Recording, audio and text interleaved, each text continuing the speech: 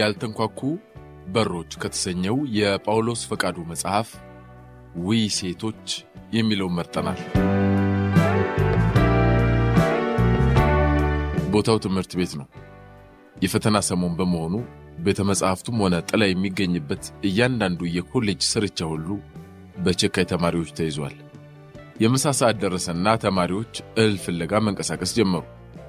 ከፊት 3 ሴቶችና አንድ ወንድ እየመጡ ነው። ወንድየው ጎበዝ ተማሪና አገልጋይ መሆኑ ይታወቃል።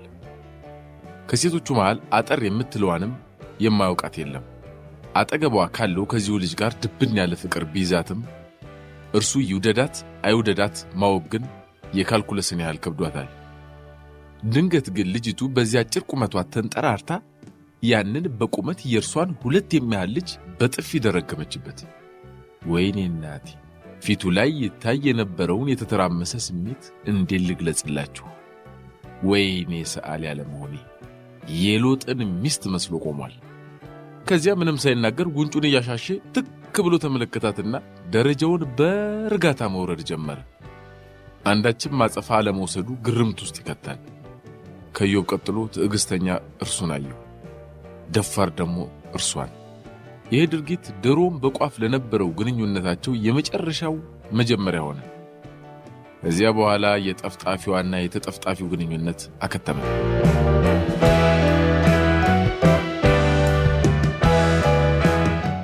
እስቲ ወደ አንድ ቤት እንሄድ። እናትየው 3 ሴቶችና 3 ወንዶች ልጆችን ወልደዋል። ቢሆንም ሁሌም ራሳቸውን እንደ ሴት ልጆች እናት ብቻ ነው የሚያዩት። እኔ የሴት ልጆች እናት ነኝ ማለት ያዘወትራሉ። አባትየው እንዲህ ተናግረው ቢሆን ኖሮ አደገኛ እንደሆነ አስባለሁ። እናት እውነት፣ አባት ደግሞ እምነት በመሆናቸው ሰው የእናቱ ማንነት ግራ የማያጋባ ሆኖ ነው እንጂ በእናትየው ንግግር ወንዶቹ ልጆች በተደናገጡ ነበር። እናትየዋ በዚህ ብቻ አላበቁ። ሴቶች ልጆቻቸውን ለይተው ነው ስለ ትዳር፣ ያው ስለ ወንዶች አይደል የሚመክሩትና የሚያስጠነቅቁት። ወንድ ልጆቻቸውን ግን ስለ ሴቶች ሲመክሩ በቃ አይታዩ። አባትየው ደግሞ ወንድ ልጆቻቸውን በተለይ ትልቁን ሲመክሩ ልጅ ሆይ ሴት ልጅ ልጓም ናት እያሉ ነው። ከዚህ ውጭ ምክር ሰጥተው ታያውቁ። ለካ ሴቶች እንዲህ ናላችንን የሚያዞሩት በእናቶቻቸው መካሪነት። ልጅ ሆይ ሴት ልጅ ልጓም ናት። አባትየው እውነታቸውን ይመስለኛል። ባለትዳር ወንድ በሙሉ ልብ ሲናገር ያየ ካለ እስቲ እጁን ያውጣ። በተለይ ሚስት አብረው ካለች አበቃለት። ደርሶ ዝምተኛና ቁጥብ ይሆናል። ባል ከሌሎች ሰዎች ጋር ሲያወራ የሚስትን አይን አስተውላችሁ ከሆነ የባልየው አይን ላይ ነው የሚያርፈው። በአይኗ ሪሞት ኮንትሮል ባሏን ከርቀት ትቆጣጠረዋለች። የማይሆን ነገር አወራለሁ ካለ በአይኗ ሃርድ ትሰጠዋለች። ስለዚህ ምን ማውራትና ለማውራት እንዳለበት፣ እንዴት ማውራት እንዳለበት ለማወቅ የእርሷን ፊት በስጋት እየተመለከተ ነው የሚያወራው። እንደው ዕድለኛ ቢሆንና በዚያ ሰዓት ዝም ብትለው እንኳን ማታ ቤት ሲሄዱ ጉዱ ነው። ሂሱ ግምገማውና ግለ ሂሱ ይቀጥላል። መተኛት አይታሰብ። ተጠዘጥዘዋለች። አንተ ድሮውንም የኔን ነገር ሰምተህ አታውቅም። ምን እመስላለሁ? የኔ ሐሳብ አይጥምህም? እስቲ ተውት። አንድ ወንድ ሚስት ካገባ በኋላ በነጻነት አይናገርም። ስለዚህ ገና ሲያገባ ባንዲራውን አውርዶ ለተገዥነት ትከሻውን ማመቻቸት አለበት። ሕገ መንግሥቱ እንኳን የፈቀደለትን የመናገርና ሐሳብን በነጻነት የመግለጽ መብት ሚስቱ ትከለክለዋለች። ግን ሴቶች ሕገ መንግሥቱን ሲንዱ አይጠየቁ ማለት ነው። ሳያገባ በፊት ራሱን ችሎ ይናገር የነበረው አንደበተ ርቱዕ ሰው ንግግር 101 የሚል የጀማሪዎች ኮርስ ዛሬ በሚስቱ ይቀርብለታል። ባለ ዲግሪ ሆነ ባለ ማስተር አያገባትም፣ ዋጋውን ትሰጠዋለች።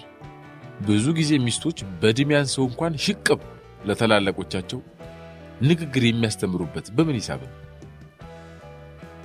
ቆይ ግን እዚህ ጋር ስለ መሪነትና ስለ ውሳኔ እናውራ።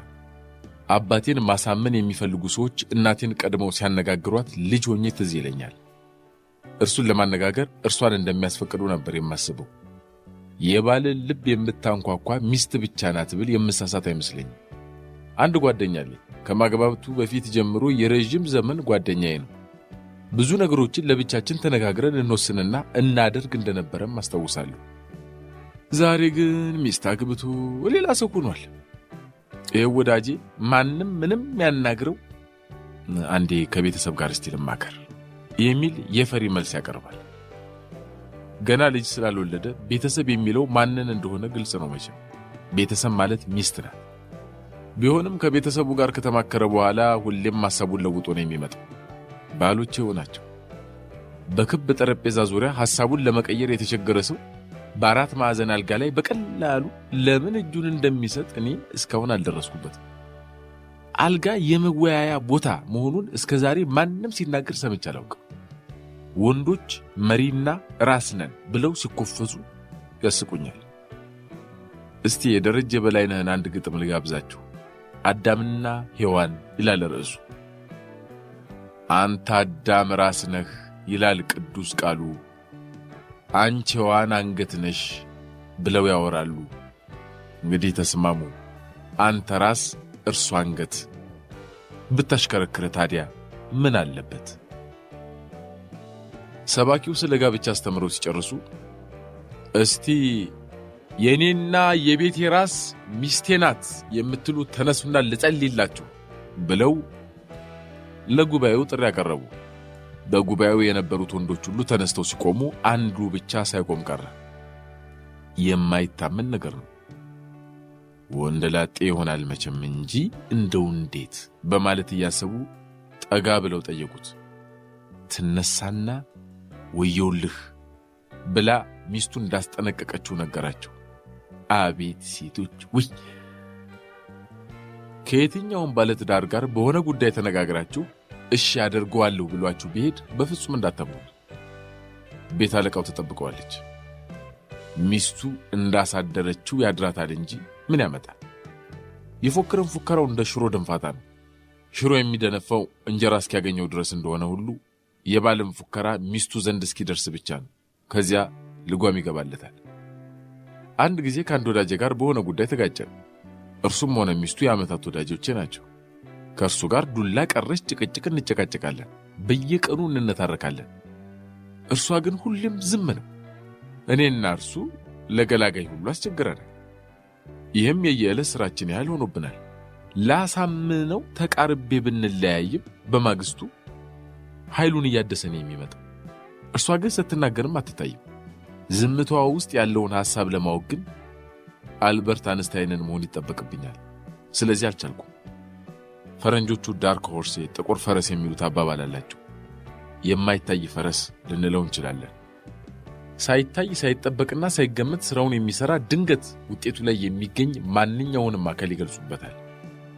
እኔም በዝምታዋ ውስጥ ጥቁሩ ፈረስ ውል ሲል ያየሁት መሰለኝ። የሚታየውን ሳሸንፍ የማትታየዋ በስውር እንደምትገለኝ አወቅኩ። እኔ እንደማላሸንፍ ገባኝና ሽፈቴን ራሴው አውጄ ተገላገልኩ። እንዴ ሰው ከጥላ ጋር እንዴት ይታገላል ጎበዝ? ውይ ሴቶች ይገርሙኛል። አብርሃም ለብዙ ዓመታት ልጅ እንዳልወለደ ይታወቃል። መካን የነበረው እርሱ ሳይሆን ሚስቱ ሳራ ነበረች። አብርሃም ልጅ እንዳማረው ቢታወቅም ከሌላ የመውለድ አማራጭ አልታሰበውም። አለቃው አላዘዘችውማ። እንዴት ነው ነገሩ? ይህች አለቃ ደግሞ ጌታዬ በማለት እየጠራች እግሩን እያጠበችው ነው የምታዘው። እናላቸው አንድ ቀን አገልጋዩን አጋርን ድንገት አመጣችለትና ከእርሷ ጋር እንዲተኛና እንዲወልድ መከረችው። ማለቴ በቃ አዘዘችው። ማን አትሉ? ሚስት ናታ። አብርሃም የቀረበለትን ቀጭን ትእዛዝ ካልተቀበለ ማደሪያ እንደሌለው ያውቃል። ስለዚህ አብርሃም የሚስቱን ቃል ሰማ። ከዚያም ሳራ ያሰበችው ሆነላትና አገልጋዩ አረገዘች። ያኔ ግን እመቤቷን ናቀቻት። ስለዚህ ሳራ በቁጣ ጦፋ ወደ አብርሃም መጣችና እግዚአብሔር በእኔና በአንተ መካከል ይፍረድ ብላ ወረደችበት። አብርሃም ቆይ ታዘዘ እንጂ ምን አጠፋ? ራሷ ባመጣችው ሐሳብ ወደ እግዚአብሔር ማልቀስ ምን ይባላል? ተረትና ምሳሌ እንጥቀስ። መቼም አበሻ ተረትና ምሳሌ አያጣም። አንቺ ታመጩ አንቺ ታሮጩ። አይ ሴቶች መጀመሪያ እንድናደርገው ይገፋፉናል፣ ኋላ ላይ ደግሞ ስናደርገው ይኮንኑናል። ምን አይነት ፈተና ነው ባካችሁ? ሌላ ሴቷ ወንዱን ለፍቅር ብትጠይቅ ምን አለበት የሚል ጉንጭ አልፋ ክርክርም በተለይ በዚህ ጊዜ አጋጥሞኝ ያውቃል። ያስቀኛል። በእርሱ ቤት እኮ ሁሌም ጠባሹ ወንድ መሆኑ ነው። ድንቄምቴ ማንኛውም ወንድ አረንጓዴ መብራት ያላሳየችውን ሴት አብስሎ አያውቅም። ሴቶች መጀመሪያ ወንዱን ያዩታል፣ በራሳቸው መንገድ ይገመግሙታል፣ ሲፈልጉም በማህበር ይወያዩበታል፣ ይዶሉቱበታል ማለት ይቀላል። በቃ ሚዛን የሚደፋ ከሆነ ሴቲቱ ምንም ያልፈለገች መስላ በሆነ መንገድ ትታየዋለች። ሴቶቹ ደግሞ የሚንቀሳቀስ ኢላማ ይወዳሉና የወንዱን ቀልብ ማግኘት ብዙም አያስቸግራትም። አንዴ ከሳቀች በቂ ነው። ደግሞ ለወንድ ያኔ ወንዱ ያልታሰበ ሲሳይ ያገኘ መስሎት በእጁ ሊያስገባት ትግል ይጀምራል። አይ ሞኞ፣ እርሷ የማትፈልግ መስላ እንደ መሽኮርመም ይቃጣታል። ምንም እንደማታውቀውና የታውቀኛለህና ነው ምናምን። እንዴ ደግሞ ትንሽ ብታውቀው መታወቅ መናናቅ ነው እንዴ? ይቅርታ ስላሳኩልህ ነው። ትንሽ ትታገለዋለች። እርሱ ግን ተራራ ወጥቶ የሚሆን ቁልቁለት ወርዶ ያሳምናታል። ይታያችሁ፣ ያመነው እኮ እርሱ ራሱ ነው። ድብብቆሹ እጅግ በጣም አስቂ ነው። አሁን እኮ እሱ ጠብሶ ልቡ ልቅ ብሏል። ሞኝ። ሌላ ወንድና ሴት ፍቅረኛሞች አብረው ሲሄዱ በእናታችሁ ተመልከቱ። በእናታችሁ እርሱ የአንበሳና የዝሆን ገዳይ እንደጣለ ጀግና ደረቱን ነፍቶ ይንጎማለላል። ወጥመድ ውስጥ ገብቶ የሚያነጅብ እንስሳ ታውቃላችሁ። እርሷ ደግሞ ስሩ ሽጉጥ ትልና ቁልጭልጭ ትላለች። በኢትዮጵያ ቴሌቪዥን ይተላለፍ የነበረው ጃክ ኤንድ ዘ ፋት ማን ከተሰኘው ተከታታይ ፊልም አንደኛው ክፍል ትዝ ይለኛል። ታሪኩ ያጋች ታጋች ጉዳይ ነው። ፖሊሶች ቤቱን ከበው ከውጭ በርቀት ቆመዋል። አጋቹ ታጋቹን ይዞ እየወጣ ነው። የተለመደው አይነት ግን አይደለም። አጋቹ ከፊት ሆኖ እጆቹን ወደ ኋላ ሰዶ በአንድ እጁ የታጋቹን ወገብ፣ በሌላው ደግሞ ሽጉጡን የኋሊት ደግኖበታል። ታጋቹም እጆቹ ወደፊት ተሸብበው ከኋላ ይከተላል። ለፖሊሶቹም ሆነ ለተመልካቾች ታጋቹ አጋች ሲመስል፣ አጋቹ ደግሞ ታጋች መስሏል። በጠበሳውም ጉዳይ ይኸው ነው። ታጋቹ እንደ አጋች ይኮፈሳል፣ አጋቿ ደግሞ የዋህ ታጋች ትመስላለች። አቤት የወንዶች ጅልነት! ወይ ሴቶች! የሴቶች ሌላው ባህሪ እነርሱ ያላስተላለፉትን የትኛውንም ውሳኔ መቃወም መውደዳቸው ነው። እነርሱ ካልተሳተፉበት የተረሱና ችላ የተባሉ ስለሚመስላቸው ምንም ነገር ቢሆን አይጥማቸውም። በሰላም መኖር የፈለገ ወንድ በሁሉም ነገር ሚስቱን ቢያሳትፋት ይበጀዋል። እስቲ ወደ አዳምና ሔዋን እንሄድ። አዳም ያችን መዘዘኛ ፍሬ እንዳይበላ እግዚአብሔር ትእዛዝ ሲያስተላልፍ ሔዋን በቦታው አልነበረችም። እዛ ላይ ነው ችግሩ። ጭራሽ አልተፈጠረችም እንጂ። አዳም ግን ይህ ትእዛዝ ስለቀረበለት አንድም ቀን ሲነጫነጭ አልሰማነውም። ዛፉ አጠገብ የደረሰም አይመስለኝም። እንደው ምን እንደተሰማው ባናውቅም ብቻ በሰላም ሲኖር ሳለ እነሆ ውዷ ሔዋን መጣች። ከዚያ ፍየል ከመድረሷ ቅጠል መበጠሷ ሆነ ነገሩ። ባለቤቷ በሥራ ተወጥሮ እያለ ምግብ ልታዘጋጅለት ወደ ተከለከለው ዛፍ ሄደች። ያስጎመጃል። እርሷ ባልደረሰችበት ወቅት የወጣውን ትእዛዝ ለመቀበል ስላልፈለገች እንደመጣች አፈነገጠች። እርሱም አልቀረለትም። ተከተል አለቃህን ነው እንዴ? በኋላም እግዚአብሔር ሲቆጣው እንዲህ ብሎ ጀመረ፣ የሚስትህን ቃል ሰምተሃልና። ታዲያ ምን ያርግ? እሷ ያላስተላለፈችውን ውሳኔ ማፍረስ ልማዷ ነው። አስፈረሰችው። እነርሱ ያልሰሩ ቤት ከሆነም አይመቻቸውም። ስለዚህ አፍርሰው እንደገና መስራት ባይሆንላቸው የዕቃዎቹን አቀማመጥ ይለዋውጡታል። ገና በመጀመሪያው ቀን ጠረጴዛ ወደ አንዱ ጥግ ይወስዱታል። አልጋውን ደግሞ ወደ መስኮት ያስጠጉታል። መስኮቱ መጋረጃ ከሌለው ያደርጉለታል። መጋረጃ ካለው ደግሞ የፈለገ ለምን የጨረሰ አሪፍ አይሆንም፣ ቀለሙን ይቀይሩታል። የጭ ያስጠላል ምናምን ይሉት። የእነርሱ አሻራ የሌለበት አንድ ነገር ቢቀር እንኳን ካልቀየሩት እፎይታ አይሰማቸውም። ቢቻላቸው እነሱ ወለሉን ኮርኒሱ ላይ ወስደው ኮርኒሱን ወለል ቢያደርጉት ደስ ይላቸዋል። ወይ ሴቶች! በጥፊያ ነደደችው ምናምን ቅድም ያልኳችሁ ተማሪዋ እኔው ነኝ። ደረጃውን ስወርድ ይህን ሁሉ እያሰብኩ ነው። ሆኖም ሴቶች የዚህ የወንዶች ዓለም ፈርጦች መሆናቸውን አልክድም። እውነት አልክድም። እኔ ደግሞ እንዳጠሉኝ እንደዚህ ስላልኩ ያለ ሴቶች ተሳትፎ አብዮቱ ግቡን አይመታም የምትለውን የደርግ መፈክር አስታወሳችሁ? ይህንን የሰማንዱ ምን አለመሰላችሁ? እንኳንስ አብዮቱ አይነጋም ሌሊቱ አላሉ። እኔ ቀኑም እንዳይጨልምብኝ ደግሞ እንዳትቀየሙኝ ውይ ሴቶች ብልም ከአንገት በላይ ነው። ውይ ሴቶች ስታምሩ